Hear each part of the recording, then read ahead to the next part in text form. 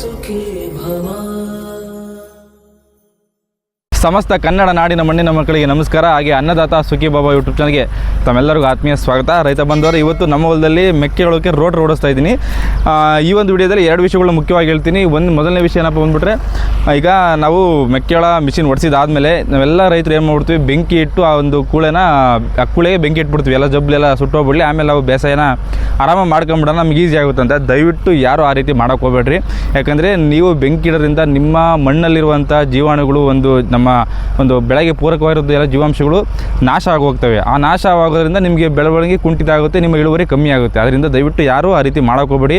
ತುಂಬ ಜನ ಮಾಡ್ತೀರ, ಅದಕ್ಕೋಸ್ಕರ ನಾನು ಹೇಳೋದು. ಹಂಗಾಗಿ ನಾನು ಈಗ ನಿಮಗೆ ತೋರಿಸ್ತಾ ಇದ್ದೀನಿ, ನಾನು ಆ ಥರ ಮಾಡಿಲ್ಲ. ನೀವು ನೋಡ್ತಾ ಇದ್ದೀರ, ನಾವು ಮೆಕ್ಕೆಜೋಳಕ್ಕೆ ಮಿಷಿನ್ ಓಡಿಸ್ದಾಗೂ ಈಗ ರೋಟರ್ ಓಡಿಸ್ತೀನಿ. ಸ್ವಲ್ಪ ಲೇಟ್ ಆಯಿತು, ಮಳೆ ಬಿಟ್ಟಿಲ್ಲ, ಒಂದು ಸ್ವಲ್ಪ ಹುಲ್ಲು ಜಾಸ್ತಿ ಆಗಿದೆ, ಹಂಗಾಗಿ ನಾನು ರೋಟರ್ ಓಡಿಸ್ತಾ ಇದ್ದೀನಿ. ಈ ರೀತಿ ಮಾಡೋದ್ರಿಂದ ಏನಾಗುತ್ತೆ, ನಮ್ಮ ಒಂದು ಬೆಳವಣಿಗೆ ಮತ್ತು ಇಲ್ಲಿ ಬಿದ್ದಿರುವಂಥ ಈ ಒಂದು ಜಬ್ಲು ಆಗಲಿ, ನಮ್ಮ ಮೆಕ್ಕೆಜೋಳದ್ದು ಇದಾಗಲಿ ಗೊಬ್ಬರ ಆಗುತ್ತೆ. ನಮ್ಮ ಒಂದು ಮಣ್ಣಿಗೆ ನಾವು ರೀಸೈಕಲ್ ಕೊಟ್ಟಂಗೆ ನಾವು ಗೊಬ್ಬರ ಆಗಿ ಮತ್ತೆ ನಮ್ಮ ಬೆಳೆಗೆ ಅದು ಯೂಸ್ ಆಗುತ್ತೆ. ನಾವು ಬೇರೆ ಕಡೆ ವರ್ಷದಿಂದ ಇಲ್ಲೇ ಒಂದು ಗೊಬ್ಬರ ಆಗುತ್ತೆ, ಒಂದು ಯೂಸು.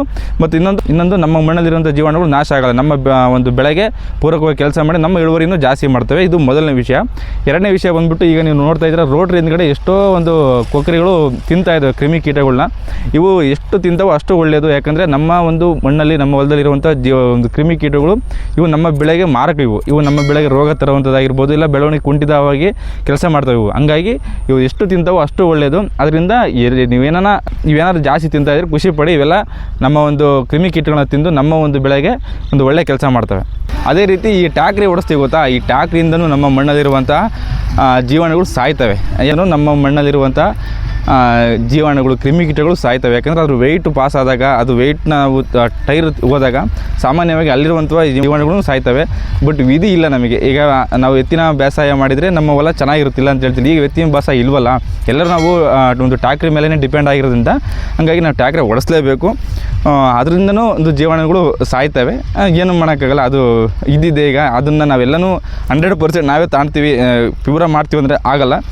ಒಂದು 10% ಏನಾದ್ರು ಇದ್ದೇ ಇರುತ್ತೆ. ಹಾಗಾಗಿ ಈ ವಿಡಿಯೋದಲ್ಲಿ ಎರಡು ವಿಷಯಗಳನ್ನ ಹೇಳಿದ್ದೀನಿ. ಇವು ಎರಡು ಇಂಪಾರ್ಟೆಂಟ್ ವಿಷಯಗಳು. ತಮ್ಮೆಲ್ಲರಿಗೂ ಗೊತ್ತಿರಲಿ, ಕೆಲವ್ರಿಗೆ ಗೊತ್ತಿರುತ್ತೆ, ಕೆಲವ್ರಿಗೆ ಗೊತ್ತಿಲ್ಲದ್ರೆ ಹೇಳಿದ್ದೀನಿ ಅಷ್ಟೇ. ಇದಿಷ್ಟು ಈ ವಿಡಿಯೋದ ಮಾಹಿತಿ. ಯಾರಿಗೆಲ್ಲ ಈ ವಿಡಿಯೋ ಇಷ್ಟ ಆಗಿದೆ ದಯವಿಟ್ಟು ನಮ್ಮ ಒಂದು ಚಾನಲ್ಗೆ ಸಬ್ಸ್ಕ್ರೈಬ್ ಮಾಡ್ಕೊಳ್ಳಿ ಅಂತ ಹೇಳ್ತಾ ಇಲ್ಲಿಗೆ ಈ ವಿಡಿಯೋನ ಮುಗಿಸ್ತಾ ಇದ್ದೀನಿ. ಮತ್ತೆ ಮುಂದಿನ ವಿಡಿಯೋದಲ್ಲಿ ಸಿಗ್ತೀನಿ. ಎಲ್ಲರಿಗೂ ಟಾಟಾ, ಬಾಯ್ ಬಾಯ್.